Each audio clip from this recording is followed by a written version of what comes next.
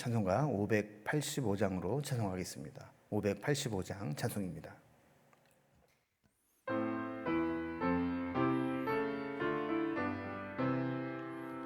내 주는 강한 성이요 방패와 병기 되시니 그 난란에서 우리를 구하여 내시리로다. 옛 원수 마귀는 이때도 힘을 써 모략과 권세로 무기를 삼으니 천하에 누가 당하랴.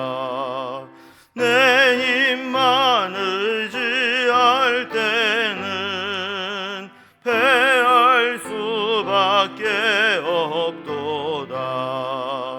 힘 있는 장수 나와서 날 대신하여 싸우네. 이 장수 누군가? 주 예수 그리스도 만군의 주로다. 당할 자 누구랴? 반드시 이기리로다. 이 땅에 마귀 들끓어 우리를 삼키려 하나. 겁내지 말고 섰거라. 진리로 이기리로다.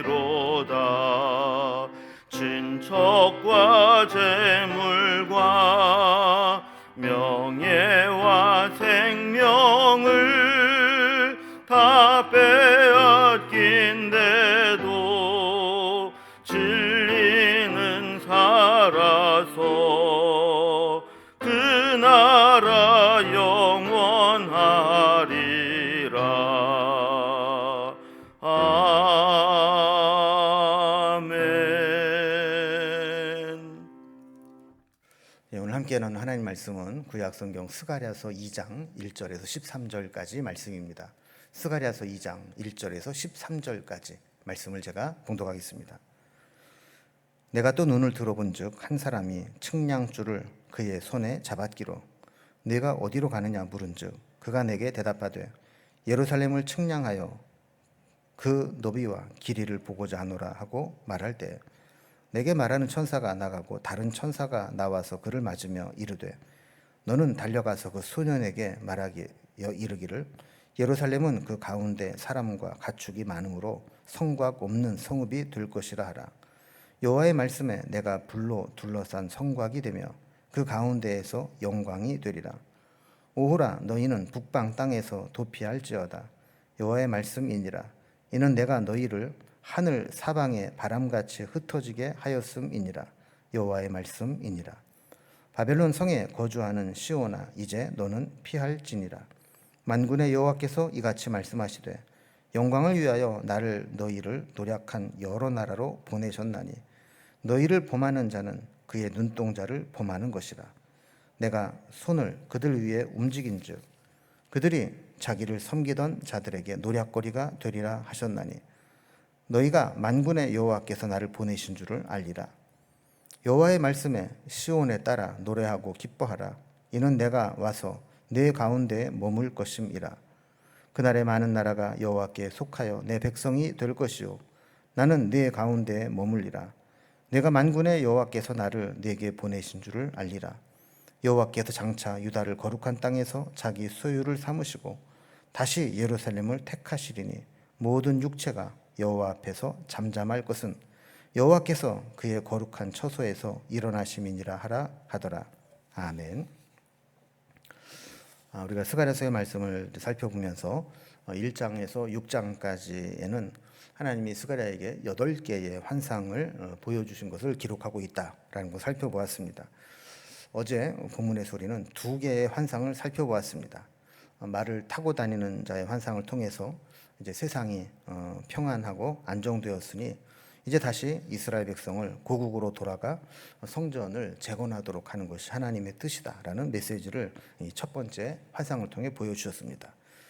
두 번째는 네 개의 뿔을 무너뜨리는 네 대장장이를 통해서 하나님의 백성을 심판한 심판의 도구로 사용된 자들도 하나님이 다른 도구로 심판하실 것을 깨닫게 하시고 더 이상 저들을 심판하지 못할 것이다 라는 것을 보여주셨습니다. 이제 오늘 세 번째 환상입니다. 세 번째 환상은 이제 측량줄을 손에 잡은 사람을 환상 중에 보게 됩니다. 이는 이제 바벨론의 침략으로 성벽이 무너지고 예루살렘은 황폐해졌지만 하나님은 불로 둘러싼 성곽이 되어 주셔서 이제 예루살렘의 회복과 재건을 이루실 것이라는 환상입니다. 그래서 이 측량줄을 잡은 자가 측량을 하고 성전을 다시 짓게 하실 것이다라는 것이죠. 이제 오늘 본문을 단락별로 살펴보면 세 번째 환상을 보여주고 있는데 측량줄을 손에 쥔 사람을 보게 된 내용을 기록을 합니다. 6절에서 9절까지는 하나님의 백성들을 멸망하게 했던 그 열방을 향한 심판의 예고가 기록되어 있습니다. 그리고 10절에서 13절까지는 이제 시온 하나님의 도성을 향한 언약의 관계가 회복될 것을 예언해주고 있는 겁니다. 자, 그러면 이제 세 번째 단락을 살펴봅니다. 먼저 첫 번째 단락이죠. 측량줄을 손에 쥔 사람을 보게 되는 장면입니다. 1절 말씀을 보면 한 사람이 측량줄을 그의 손에 잡고 있었다. 그것을 보게 됩니다. 2절에 보면 스가랴가 이 측량줄을 잡고 있는 자에게 네가 어디로 가고 있느냐라고 묻습니다. 그러자 그는 내가 예루살렘을 측량하며 그 너비와 길이를 알아보고자 한다. 이렇게 대답을 합니다. 3절에 보면 이때 다른 천사가 나타나서 스가랴를 맞이합니다. 그리고 4절에 보면 이 스가랴에게 측량줄을 잡고 있는 그 소년에게 가서 이 예루살렘은 그 가운데 사람과 가축이 많음으로 성곽이 없는 성읍이 될 것이다라고 이야기하게 합니다. 그러니까 스가랴가 이 환상을 볼 때 당시 예루살렘의 성벽이 무너지고 성곽이 없는 성읍 같아서 사실 그것을 측량한다는 것이 의미가 없을 정도였습니다.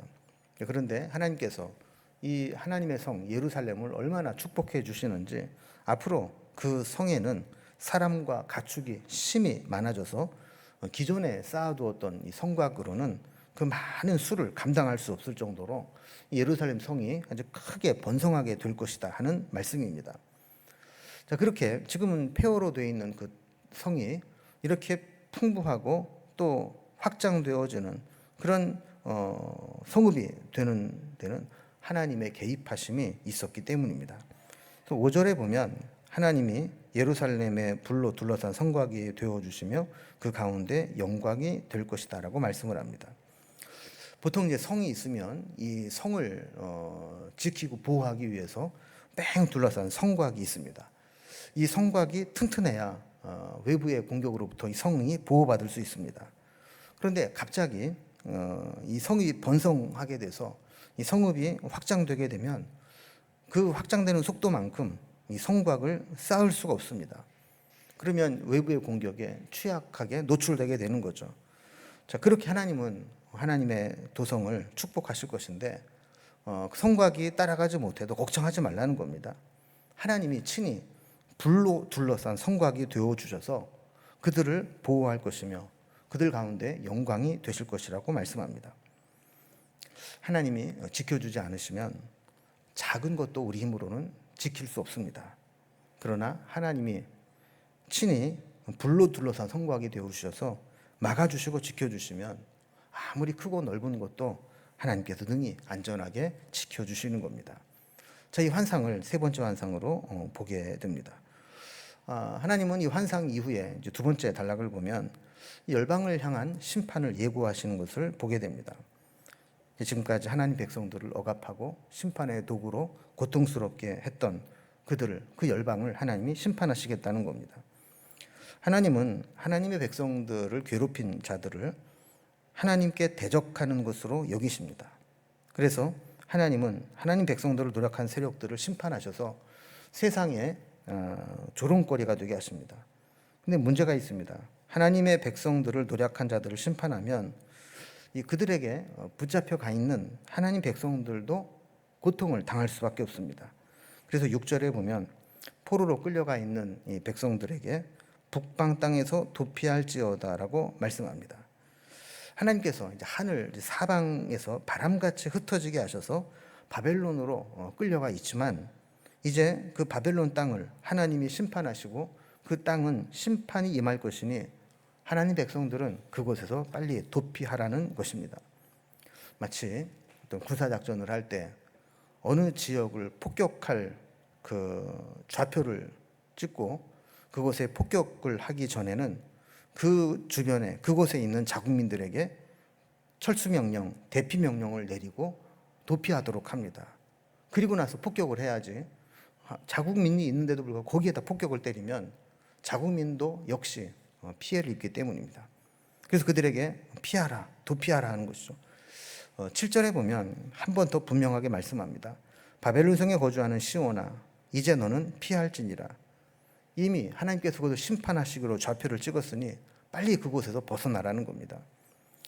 하나님은 천사를 통해 하나님 백성에 대한 애정을 표현하십니다. 8절에 보면 하나님의 백성을 범하고 치는 자는 하나님의 눈동자를 범하는 것과 같으니라 이렇게 말씀하고 있습니다. 그래서 하나님의 백성을 치는 자들은 하나님이 사자를 보내셔서 그들을 심판하심으로 하나님의 영광을 회복하시겠다라는 겁니다. 9절에 보면 하나님의 심판이 예고됩니다. 내가 손을 그들 위에 움직인즉 그들이 자기를 섬기던 자들에게 노략거리가 되리라. 하나님이 심판하고자 하는 이방인들 그 위에 손만 움직여도 결국 그들이 심판을 받게 되고 종들에게 약탈을 당하고 노략거리가 될 것이라는 겁니다. 믿을 수 없는 일이지만 그러한 일이 일어나고 나면 하나님이 하나님의 사자를 보내셨구나 이것을 알게 될 것이라는 것이죠. 자, 이렇게 하나님을 대적했던 자들에게 하나님께서 심판하시고 그곳에 있는 하나님 백성들을 대피시키는 내용이 두 번째 단락이었습니다. 이제 세 번째 단락은 시온을 향한 언약 관계의 회복을 예언하는 것입니다. 하나님 백성들을 괴롭게 했던 자들이 심판을 받았습니다.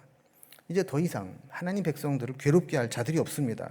그래서 10절에 보면 시온에 따라 기뻐하고 노래하라. 이는 내가 와서 네 가운데 머물 것입니다. 그랬습니다. 이 대적들을 심판하실 뿐만 아니라 하나님이 이제 친히 이스라엘 백성들 가운데 오셔서 그들 가운데 머무시겠다는 겁니다. 하나님의 임재하심으로 얻는 최고의 축복은 하나님과 동행하는 것입니다. 한때 하나님으로부터 멀어져 하나님께 징계를 받았던 자들이 이제는 완전히 회복되고 하나님께서 그들 가운데 함께 하시는 겁니다. 11절 말씀을 보면 그날에 많은 나라가 여호와께 속하여 내 백성이 될 것이고 하나님은 그들 가운데 머물게 될 것이다. 이렇게 말씀합니다. 자, 그리고 12절에 보면 여호와께서 장차 유다를 거룩한 땅에서 자기 소유를 삼으시고 다시 예루살렘을 택하시리라 말씀합니다. 한때 하나님께서 그냥 내버려 두셔서 이방인들의 침략을 받고 노략을 당하고 고통을 당하고 멸시를 받던 자들이 이제는 다 하나님의 소유된 백성, 하나님의 거룩한 백성이라는 지위를 회복하게 되고 하나님이 택하신 자라고 하는 그런 축복을 누리게 된다는 겁니다. 이렇게 되는데 사실 유다 백성들이 기여한 것이 없습니다. 이는 전적인 하나님의 은혜입니다. 그래서 13절 말씀을 보면 모든 육체가 여호와 앞에서 잠잠하라라고 말씀합니다. 여호와께서 그의 처소에서 일어나시니 하나님 앞에서 잠잠히 하나님의 위엄과 능력에 경배 돌리라는 겁니다. 자, 오늘 말씀을 정리합니다. 오늘은 하나님께서 스가랴를 통해서 보여준 세 번째 환상입니다. 지금 눈앞에 보이는 것은 폐허가 된 예루살렘 성, 아직 재건하지 못했지만 이제 하나님께서 그 성을 세우실 것이고 또 하나님이 친히 불로 둘러싼 성곽이 되어주셔서 그들이 크게 번성하고 확장되어지는 것을 보호해 주시겠다는 약속입니다. 지금까지 하나님 백성들을 괴롭게 했던 대적들을 하나님은 철저하게 심판하셔서 더 이상 하나님 백성들을 괴롭힐 자가 없게 해주시고 온전히 회복시켜 주시겠다는 겁니다. 그럼 우리를 안전하게 지켜주는 성곽은 돈도 아니고 조직도 아니고 인맥도 아니고 세상의 높은 자리도 아닙니다. 하나님이 불로 둘러싼 성곽이 되어 주실 때 누구도 넘보지 못하는 안전한 곳이 됩니다. 하나님이 없는 곳, 하나님이 지켜주시지 않는 곳은 아무리 화려해 보이고 좋아 보여도 우리가 피해 나와야 할 도피성입니다. 그곳에서 빨리 달아나서 하나님이 지켜주시는 곳, 하나님이 함께 하시는 곳으로 들어가야 되는 것이죠. 자, 이렇게 세 번째 환상을 통해서 하나님은 그것을 친히 지켜주시고 함께 하실 것이라는 약속을 통해 이스라엘 백성들이 다시 성전을 재건할 힘을 얻기를 원하셨던 겁니다. 자, 우리도 불로 둘러싼 성곽이 되어주시는 그 하나님을 의지하고 이 세상에서 믿음으로 살아갈 수 있기를 주님의 이름으로 기원합니다. 기도하겠습니다. 하나님 아버지, 세 번째 환상을 통해서 측량줄을 손에 쥔 사람이 하나님 말씀을 전하며 하나님이 친히 불로 둘러싼 성곽이 되어주셔서 그 성을 지켜주실 것을 약속하신 것처럼 우리도 이 세상을 살아갈 때 세상에 다른 것이 아닌 하나님이 친히 우리의 불로 둘러싼 성곽이 되어주셔서 우리를 지키시고 붙들어 주시옵기를 간절히 빌고 원합니다. 오늘도 우리와 함께 하시고 우리를 지켜주실 주님을 바라보며 예수님의 이름으로 기도드리옵나이다. 아멘. 각자의 기도 제목들로 자유롭게 기도하시겠습니다.